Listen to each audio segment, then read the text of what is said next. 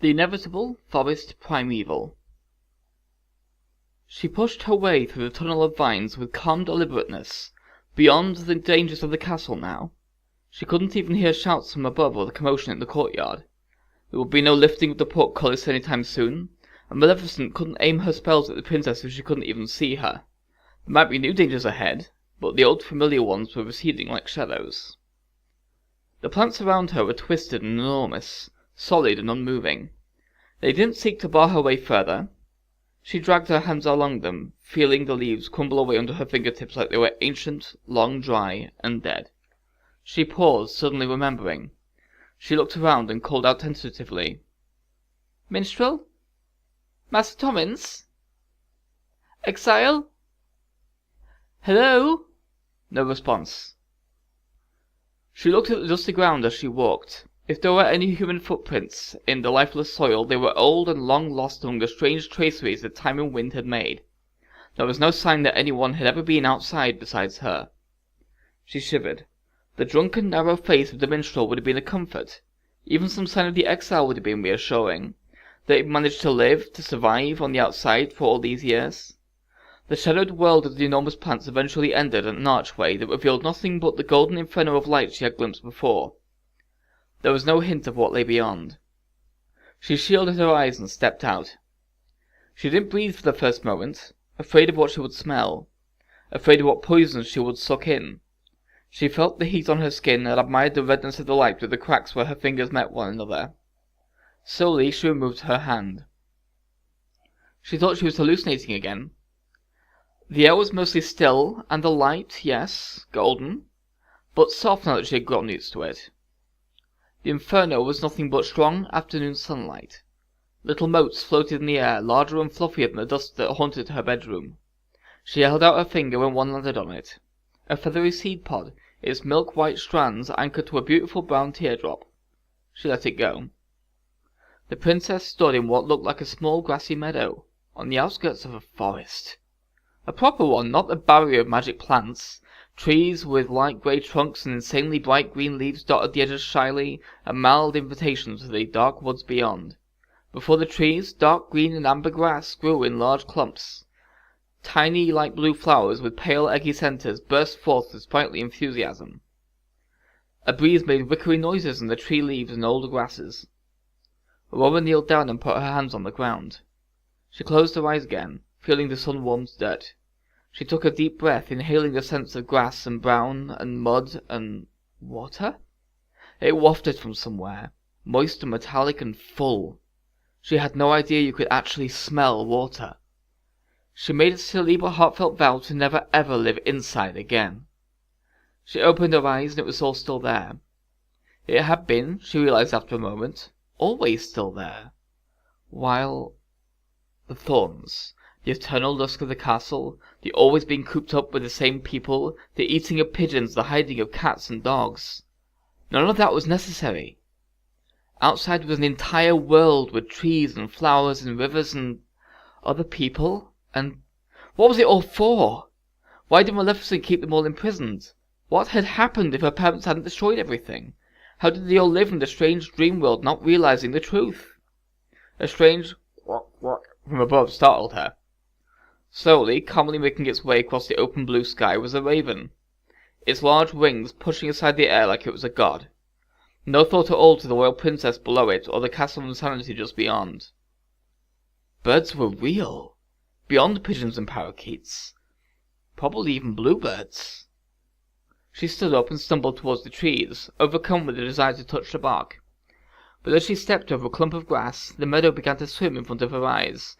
Her perspective shifted. As her fingers brushed the wood surface, the inside of her head broke open. It was familiar.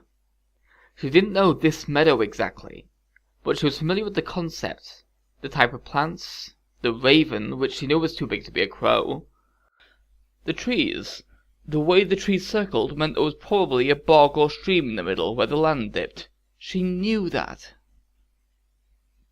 She knew that beyond these leafy trees would be gnarled, thicker trees with dark green leaves, and beyond them pines, and under their heavy boughs there lay a friendly darkness so complete it put the vines over the castle bailey to shame. She fell. She felt the soft yet hard ground beneath her, comfortingly supporting her as the sky and world whirled. It kept her from flying off. There was another meadow, warm and sweet-smelling like this one, but much larger. Or was she just smaller? Tiny legs thumping the ground, tiny naked legs. She was warmed by the sun tickling her skin, and always 2 steps behind a large langourous butterfly. It flapped its oversized wings like a joke, and the tiny girl giggled, chasing it, but not really wanting to catch it because that would end badly. The world was safe and wonderful and soft and warm and at home. At home there was cake. A bright pink and blue cake, lopsided, covered with mounds of icing. She clapped fat little hands and laughed, and then sank her entire face into it. 3 pleased and happy faces above her, smiling and serene and relieved. Wait. She tried to sit up. They looked like... They were the 3 ball of light fairies who had visited her in the bedroom. But they weren't fairies. They were her aunts, who had adopted her when her parents died. She raised her in the forest and... No, her aunt was Maleficent, who had adopted her when she defeated Aurora's parents who had destroyed the world. She doubled over, the conflicting images in her head flickering too quickly. Her stomach began to boil. An older girl now, pretending to be a princess. Pretending? But she was a princess. Her 3 aunts had fashioned a costume for her, a gown of found feathers and flower petals and large green leaves. It was cinched at the waist with a girdle of plaited river reeds, and decorated with incongruous sparkly blue stone that the aunts had found somewhere. A matching reed tiara rested on her shaggy half-braided hair. When she twirled, feathers and leaves spun out, and she was the queen of the forest. No, the only queen was Maleficent, and she was the real queen. And everyone lived in the castle, in a proper bedroom with a fancy bed. Stop! She moaned, rocking back and forth. But the memories kept coming. Lying on the forest floor for hours, watching the light change as it moved across the mossy ground like the snails she often played with, its slow miraculous journey over a sprouted nut, the magic of the sun causing its first leaves to unfurl towards the sky. The light moving on, sleeping occasionally, not feeling like picking berries, wanting something new, something exciting, beyond seeing what was under the heavy rocks by the creek. Twirling through shadow and light, across grass and carpets of pine needles, happy but feeling like things hadn't started yet, wondering when they would. Her 3 aunts arguing when they thought she was asleep, sweet voices and sometimes sharp, things she couldn't understand, sentences that began one way and didn't make sense by their end no matter how hard she concentrated. Utter confusion when she got her moon blood. The memories slowly wound down. The searing pain behind her eyes dimmed. She rubbed her temples and noted distractedly that she was curled up in a fetal position so tightly that her legs ached. She cautiously stretched them out, the fear of a muscle cramp momentarily overriding the mess in her head. She eased herself into a sitting position, the movement grinding dirt and twigs and mushrooms into her beautiful ball gown. "Where were you raised, the barn?" Leanna was once asked in disgust, having found the princess in one of her moods, curled up on the ground in the corner of her room, among the dust balls and far too close to the chamber pot. "No. I was raised in the forest," she now said aloud, giggling a little. "And her aunts were fairies, living like feral peasants, dressed in shabby but cheerful shifts and aprons. They had been uncomfortable in human clothes, Aurora could see in hindsight, presenting her with food and strange habits and love. She tried so hard, and sometimes they failed, but their love was constant, and would last well beyond the end of her own short life." She thought about the funny, badly made costume gown. Why didn't they just use their magic, the way her Aunt Maleficent did? Not her aunt. Not a princess. Not a childhood in a castle. Not Aurora. Rose. Briar Rose. She was named after a flower that was thorny and green and strong and beautiful, with moments of unbelievable softness in white and pink. 16 years as Briar Rose, living with 3 crazy aunts in the middle of the forest. Not a princess, just a girl.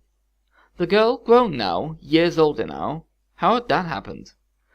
The girl at the edge of the meadow sat up. She couldn't think here. She had to start moving. She would go mad if she stayed still. She staggered into the forest, but was careful not to touch any of the trees. 16 years of alternate memories of life in a forest. 16 years of the dark corners of a castle, running around like a bedraggled mouse while the world crumbled around her. Several years beyond that with Maleficent. Aha, that's where they came from. But was this the forest where she grew up? It didn't feel exactly right, but she couldn't quite put her finger on it. The last thing she had seen in the castle came back to her, the image of her own body in that bright other world beyond the orb of Maleficent's staff. What had the Queen said? I give thee blood for one who sleeps, my body dead but my spirit keeps, alive in her thoughts and dreams, though to her this world seems as real as the waking one. So, this was all a dream? Even the forest she was in now? Unless she was just hallucinating the last gasps of a fever, and her body was actually somewhere asleep, dying in the poisoned wastelands of the outside. Aurora Rose grabbed the roots of her hair, feeling like she was going mad with indecision and panic. She spread her hand before her and looked at the tiny freckle on her finger.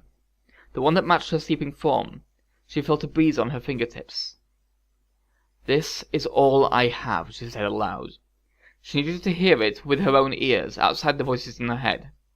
What I know by touch and smell and sight is all I know. Let's say this is real now. Let's start with that. She put her hand out to tentatively touch a tree as she passed.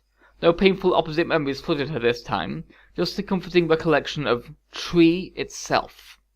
Her skin remembered the pine's rough bark better than her mind and appreciated the sticky sap, even when she first recoiled at its touch. By reflex, her psyche tried to grab at the snippets of dark memories that were starting to shrink now, like the skins of discarded fruit. But Maleficent. That great woman who had swept in as a saviour, who had kept her parents from handing her over to... Wait, that wasn't real, was it? Well, she would work that out in her head in a while. Maleficent had swept in, magnificent and regal and commanding, and put protective arm around the scared and neglected princess. And in the years since, how Aurora had waited and prayed for and then treasured the moments when her aunt dropped the drama and graced her with a genuine smile of fondness. How she did everything to impress the beautiful, royal and commanding lady. How Maleficent filled her waking thoughts with awe and gratitude, when the princess wasn't mired in restlessness and its twin, languor. Aurora had loved her with all of her innocent heart and soul. She saw, with a ripping in the very essence of her being, Maleficent standing at the balcony and ordering her capture. The words the Queen had spoken hadn't matched her face. She had talked of clemency for the deranged princess, but her lips had been peeled back in a grimace, and her eyes had been filled with hate. There had never been any affection there. It had all been a ruse. Aurora Rose felt the tears spill out soundlessly and endlessly. The worst part was that she would have forgiven Maleficent everything, even what she had done to Lady Astrid, if only the Queen had lied about it. If she had taken Aurora into her arms and said, "Shh, it's all over. I do love you." Even if Aurora didn't believe her aunt entirely, she would have forgiven her and forgotten it. I'm so pathetic, she shrieked, letting the terrible, climbing, hysterical, inhuman cry overwhelm her tears and take over her whole shaking body. It felt good, but it didn't get her anywhere. When she opened her eyes, she was surprised to see a little bird before her, sitting on a branch and giving her a skeptical look. Aurora Rose had the urge to look around to see if anyone else had noticed. The bird stretched out and gave a single impatient cheep. Puffing its chest in the sunlight, it revealed a coat of feathers that were the purest sky blue imaginable. The princess gasped. She went in to find the feather the minstrel had given her, to see if it would match, but her chatelaine was gone, along with the cards and the feather and everything else. It must have been torn from her in the escape. Muscle memory prompted her, without thinking, to start patting the rest of her ripped dress. Did she have anything in her pockets for the little bird? It cheeped at her impatiently. "Sorry," she said with a weak smile and a shrug. "Not myself today." She knew this bird had a name. It wasn't Bluebird. When, as a child, she had asked her aunt what kind of bird it was, Fauna had dismissed her question as irrelevant. Aurora Rose couldn't have pronounced what the birds called themselves to distinguish them from other types of birds, and Bluebird was just as meaningful as everything else. But of course birds were individuals, and it was rude to address one by the name of its whole race. The bird seemed to do the bird equivalent of rolling its eyes and set about preening itself, as if it had never really been interested in a handout anyway. Aurora Rose smiled. Leave it to a bird to make the situation all about him. She rubbed her face in exhaustion, smearing it with pine pitch in the process and not caring. Everything was insane. At the base of the closest tree was a clump of wild mint. She broke off a stalk and chewed it, beginning to walk again. The world was beautiful. There was an ancient oak tree heralding a shift in the forest. At its roots, underground, would be the mushrooms the wild pigs liked. Hey, if wild pigs were still around, are unicorns too? She closed one eye, trying to remember if she had ever seen one as a child. She had seen a magnificent white stag once with golden antlers, but nothing with one horn. The world outside was just as amazing as she had always wished in the Thorn Castle. She could live in this forest and meadow happily until the thoughts inside her head had sorted themselves out.